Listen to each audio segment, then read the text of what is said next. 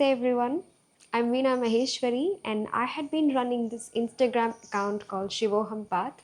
So if you have come from there, welcome back.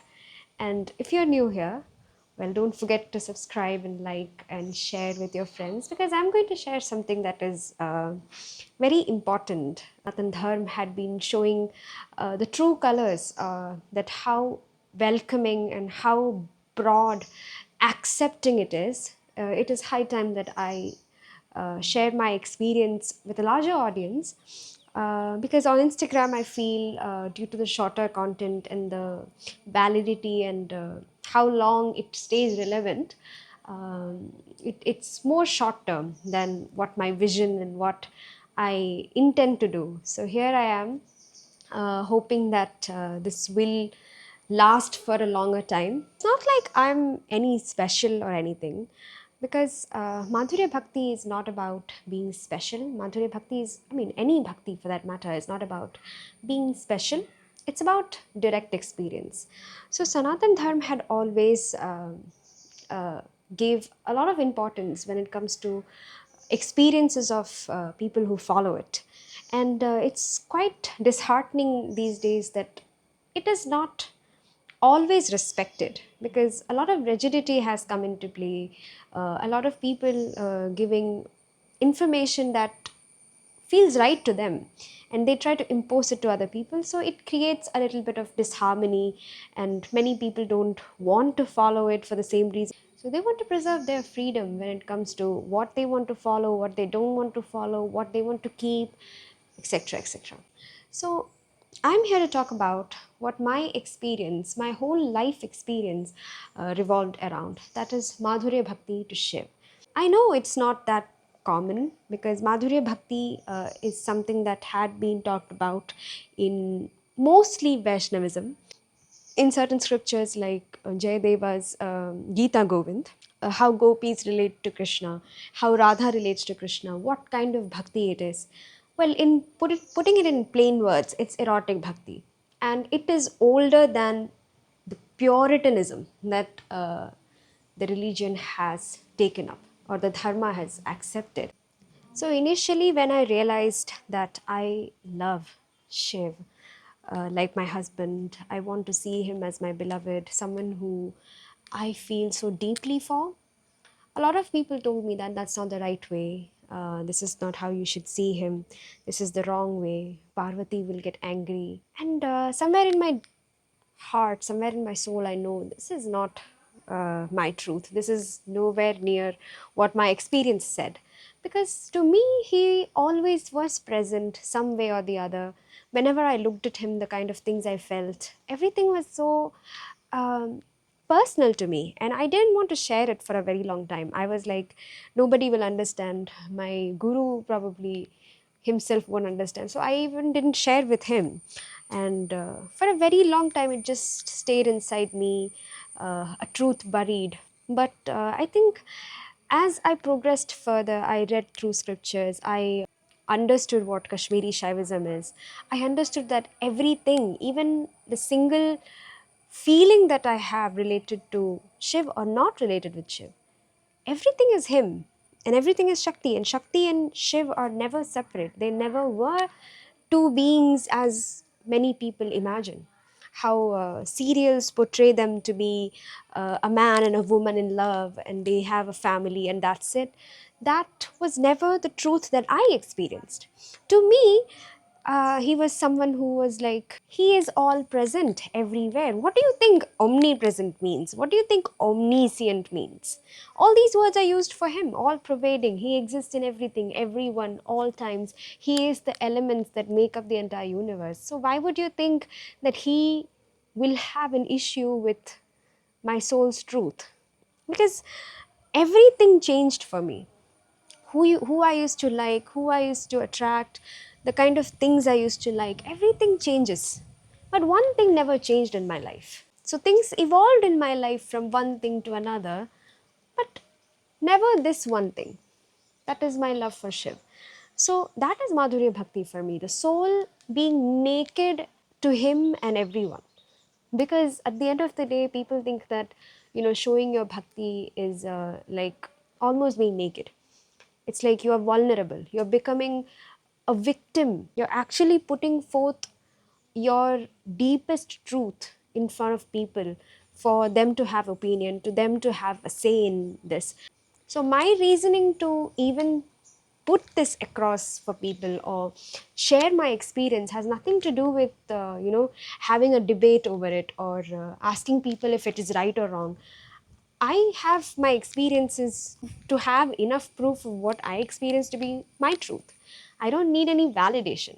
But I have also understood through my journey on Instagram that a lot of people need this information. A lot of people have been suppressing their soul's truth because of other people's borrowed truths, because they haven't experienced anything closer to this, so they can't understand it. And that's not their fault. Nothing is their fault, obviously, because at the end of the day, you are going through a spiraling journey. This is not just a linear journey. You started probably maybe kalpas ago, and you have been living in multiple bodies, experiencing multiple things, accumulating karmas and samskaras. So you see something in someone and you are telling them that this is how it is. It is coming from your understanding and your perspective, your karmas, what you have accumulated. That has nothing to do with someone else. You're basically addressing your own limitations. So you are not able to understand someone else's journey, so you go ahead and tell them that this is how it is. And this applies to everyone. Because at the end of the day, while we are in the body, we have forgotten our true nature. We are no longer in connect with our divine consciousness. So it is very natural. That doesn't make you any less divine.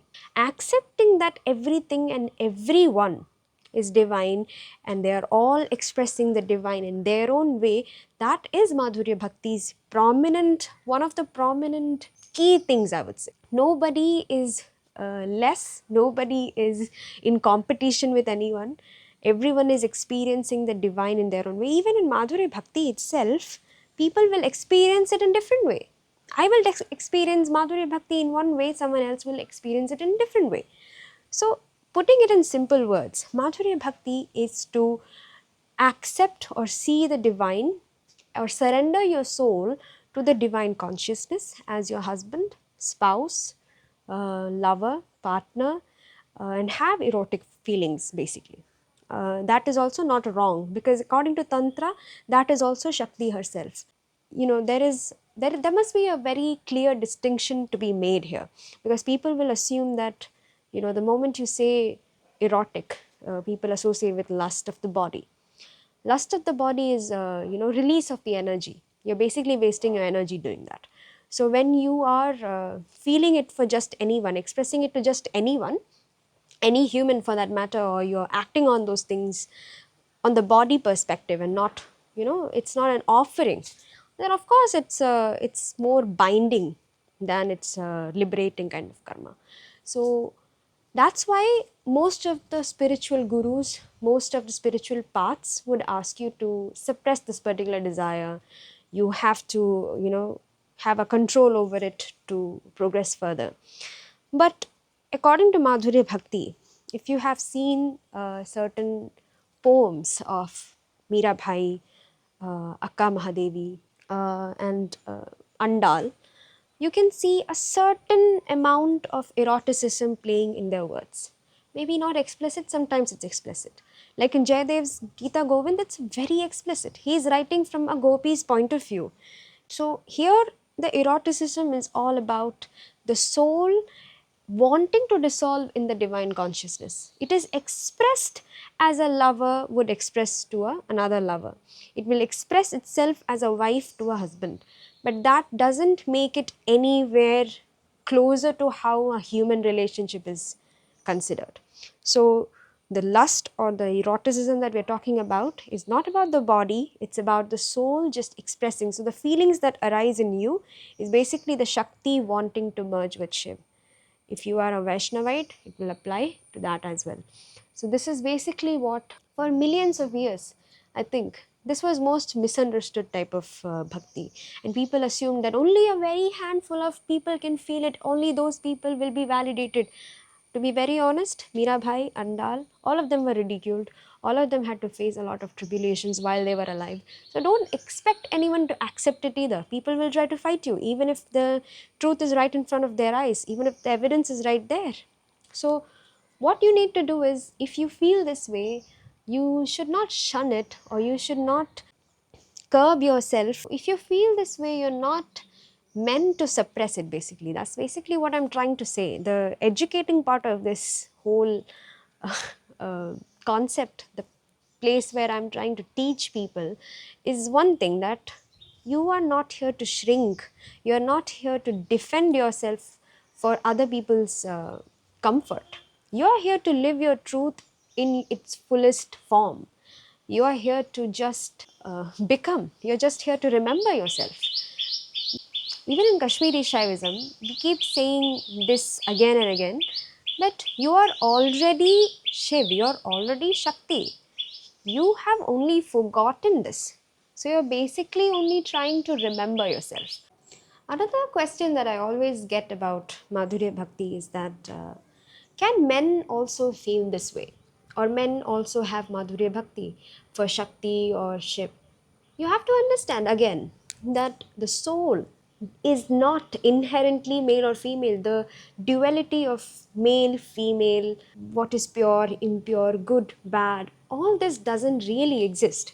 These are our mind's way to judge certain things. Even the dharma itself, dharma, adharma, will change according to the time. In one kalpa, in one manvantra, if it is this particular thing that is considered as dharma, in the next one it will change and become something else entirely. So there is no confirmation of what is good, what is bad, what is this, what is that. As long as you are not harming anyone explicitly, you are not being a bad person. So the point is that the soul itself doesn't have a gender. Madhurya Bhakti is something that the soul experiences, not the body. The body is the one which has gender. If the soul doesn't have a gender, then what does it matter?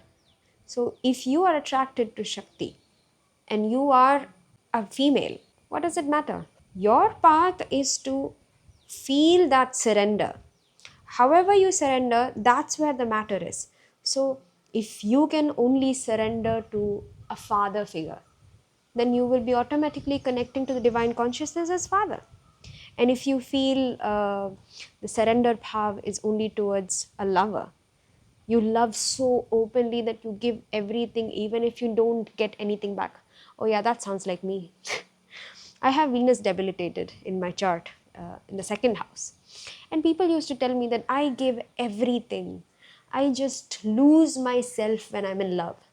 I don't care about anything. And I'll just, give, give, give, give.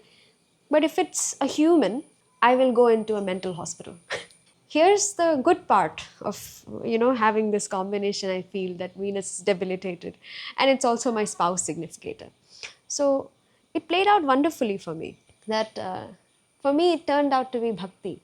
I give everything, even if it is my sadness, my tears, my longing, my happiness, my everything. Just like how I behave in a relationship, I just give everything and not expect anything back, right? So that became the code of my soul's language. That is how I communicate when it comes to bhakti. That is my surrender. So beneath every human, there lies this Shakti dormant, and there lies the consciousness which is awake at all times. You just need to awaken the Shakti within to go back into that remembrance of who you truly are. And this divine consciousness will awaken on its own. They are both inside you. They are not outside in some other realm. They are inside you as divine consciousness and divine energy. To make it one is the awakening, basically. To have spiritual awakening, as people say, the enlightenment, is to realize that you are just playing a role in this cosmos while being in this body, resolving certain karmas that you agreed to. Inherently, you are both Shiv and Shakti always. Returning to that truth is the spiritual journey. I hope that makes sense. How can someone really tell me that this is not how you should surrender, you should surrender in this way or that way? So this is exactly why I feel Madhurya Bhakti is something that you can experience and tell someone that, this is my experience. What you experience will be your truth, not my truth. And Sanatan Dharma is so vast and so accepting that everything is divine, according to Sanatan. There is nothing that is ignored. There is nothing, even death is celebrated. In this kind of bhakti, there is no performance, no pretense, nobody to be impressed with. I don't have to impress anyone. I'm not here to impress anyone. So, yes, in Ravan Samhita, there is passages that I have read which says that every woman who surrenders to Shiv in complete bhakti, she is herself Shakti or she is Parvati herself. And every man who worships him with complete surrender, he will turn into Shiv himself. So, yes, Ravan was adharmi, but he was also the biggest jnani. He was literally a shishya of Tantra, astrology, everything basically. And who taught him? Shiv himself. Our scriptures, none of them actually, differentiated between who you are as a human and the divine. It is basically our own understanding and a lot of interpretations coming in from. So it is basically that what I can understand is that it's all borrowed truths. Yes, in certain scriptures, there is one version of story, there is another version of story, and another one. So people ask me certain questions like, which one is true, which one do you believe in? I say everything is true, because each of them have a different perspective and each perspective is unique. Each perspective is coming from a rooted truth that that person experienced, whoever compiled it or wrote it. We have no right to tell anyone that their experience is wrong or right. We are only here to take their example, perhaps, learn from them, learn how to surrender, and search for your own truth. How do you surrender? How do you connect with the divine, right? So I hope that shed light on Madhurya Bhakti from the point of view of a person who is experiencing it. And if you have any questions regarding Madhurya Bhakti, do you want to learn more? I do run a course which is called She Who Becomes Him. Many Shaktis recognized their true longing, their true connection with Shiv. They have also learned how to express themselves truly without getting influenced by the outer world's opinions. So, if you want to check it out, I'll provide the link below. So, when I say this bhakti is not for everyone, don't think that I'm gatekeeping it, or don't think that this is only for special people. So bhakti is not of just one kind. There is multiple types of bhakti. If you really look into scriptural knowledge, you will find enough and more evidence of different type of bhakti, like Vatsalya bhakti, where Yashoda and Krishna are taken as the prime example, and Sakhya bhakti, where you relate with the divine as a friend. Many more. Like, you don't need to fit into one box. You are limitless, you are eternal. That is the truth, because you are not this body or this mind. You are the soul. So, whatever the soul feels as their truth, what you feel that this is where I get most drawn to, this is where I feel most called to, that is your truth. Why do you have to look like anyone else? They would say the understanding that Shakti can be only limited to one being or someone existed some time ago, and that is the only Shakti that could come into existence. So, from my own experience, I stopped telling anyone else if they are, what they are experiencing is their truth or not, if it's their ego just painting it as a certain thing. See, at the end of the day, your soul cannot lie, because Shakti cannot lie. Your soul is Shakti, your soul is Shiv. So, if your soul is telling you from within without any pretense, if someone is going to like it, not like it, you're gonna lose your standing in the society. Probably your parents are gonna get angry at you, your family won't accept your this and that. All of this is against you, yet you know this is how you feel and there is no going back from this. That is your soul's truth. And that, I feel, is probably a very specific path for a soul to take, and it's not for everyone. And it's simply okay. Some souls are coded in certain way, some souls are not. So if you want to understand a certain path, that's fine. But just because you don't understand, you cannot judge a particular path. That's what I'm trying to say. That was one of the first things that felt so wrong when I used to come across it. I felt like that was not my experience. Yes, sure, people are trying to tell me that this is true, that is wrong, but for me, what was right had nothing to do with what were they telling me. So, in my experience, I always felt that Shakti was not someone outside. I never felt any connect when I went to a temple. I never felt like I should go to a Shakti temple and do something. And I never felt anything when I saw a Shakti's painting or a picture. I just felt like a recognition. I was like, it's just me in a different form, in a different storyline, in a different Leela. So I never felt like, oh, I have to compete with her. I have to feel jealous for her. She got something that I don't. I have my own Leela. I have my own experiences with my Shiv, my Vishwanath. Here, I'm not trying to rebel against anyone. I'm not trying to say that this is right, that is wrong. I'm just trying to give my understanding, my direct experience, uh, and what I felt during, acceptance period, awakening period. I'm just here to share it. Those who are drawn to this experience perhaps will learn it.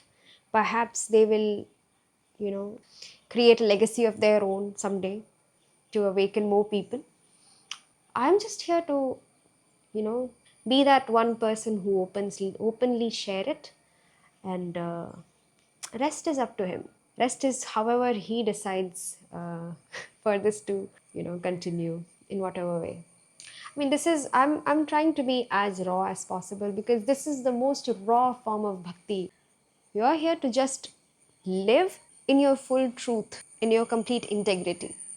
Nothing more is required, actually. I hope that makes sense. Anyway, thank you guys for listening to my rant.